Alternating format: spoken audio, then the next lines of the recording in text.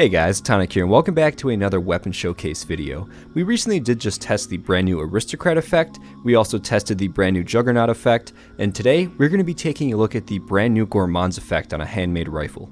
Now the way that this weapon effect works is that the more that you fill up your hunger and your thirst meters, the more damage this weapon is going to do, up to 24%. 24% isn't a whole lot compared to a bloodied or a junkied, however, it still is very considerable for a very minimal effort thing.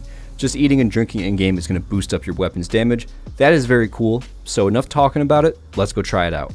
So here we are right inside of West Tech, and this is the weapon that we're going to be running. It's the Gourmand Suppressed Automatic Handmade. It's a 25-25, so an absolutely insane roll, and I'm pretty bummed that I have this on the PTS and not the live servers because I would love to carry this thing over.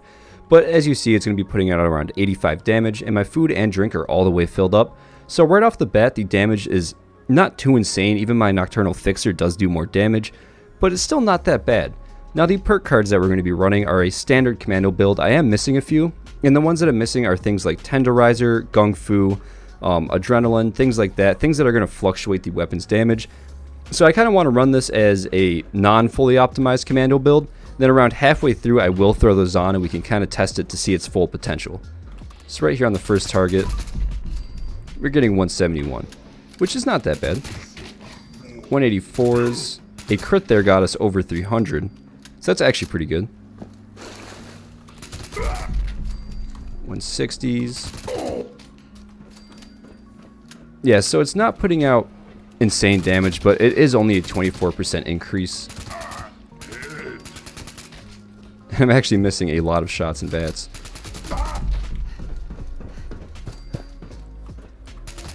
So out of caution here, wow, that took a lot. That took almost 20 bullets just to kill that hound. We'll try out of caution on this guy as well. So almost an entire 24 bullets just to kill one super mutant with the chest shots. It's honestly performing a little bit worse than I thought it would. So let's run up here and fight the big boss in this area. We have one hound and he should be right here. So a critical pushes us over 300. I really think that this effect is going to be best used in sneak builds, things like bow and arrows, crossbows, pistol builds that utilize a silencer, commando builds, rifleman builds, things like that. I can't really see this effect being used too much by the heavy gunning crowd. So now we are going to throw on all of the really good perk cards here to really push this weapon to its absolute maximum. So let's throw on Adrenaline here. Let's also throw on Gung Fu, wherever that is. And for legendary perks, we'll throw on Follow Through. And we'll just really try and push this thing to the limits and see what we can get out of it.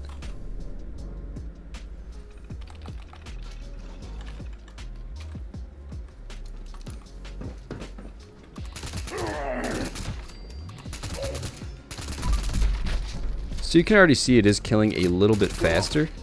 And we're starting to get into the 190s. That was in the 200s.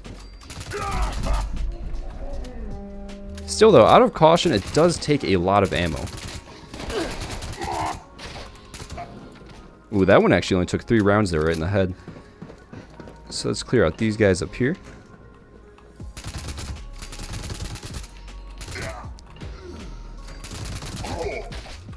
So still not the best, but it's by no means a bad weapon.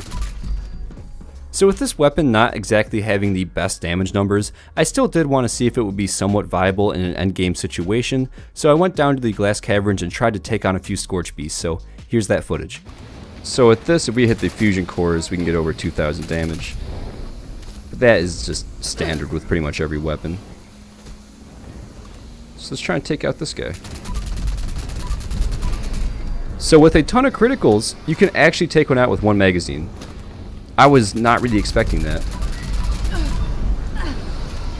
We almost got that one. Gotta heal up here.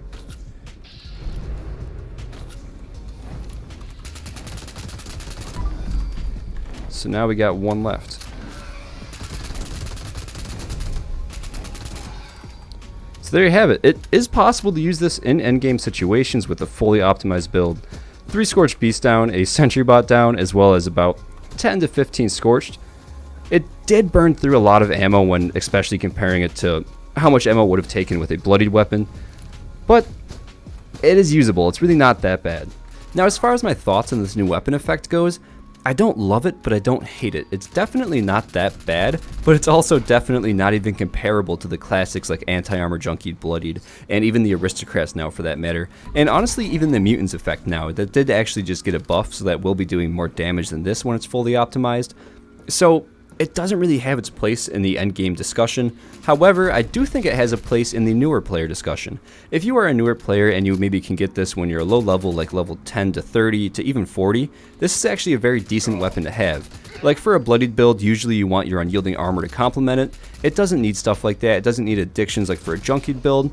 It doesn't need mutations like for the mutants weapons. All it needs is some food and water, and this thing will be pretty decent. So I think for those players that maybe are very casual or newer to the game, this actually might be very sought after. And if you do get this on a weapon roll, it is probably going to be sellable in your vendors for some pretty decent caps. But that is pretty much going to do it for this video, so I do want to give a massive thank you to everybody who stopped by and watched, and as always, a massive thank you to all the channel members, Anna Reestes, Blake Heath, Fallout McFly, Captain Awesome, Citizen Girl, Robert Kennard, Chad of Fallout 76 Podcast, Timothy James, Esdeath93, Heather Henderson, Yozovated, Patrick Ruda, 23 Icefire, Jay Smith, Argent Deer, Bazo Devil Fring, Ice Cream Manny, Chris Decker, Theodore, Digital Aardvark, Lone Samurai OG, DFN Gaming, Christy Mullen Schwitz. You guys are amazing. I love you guys, and have a good weekend.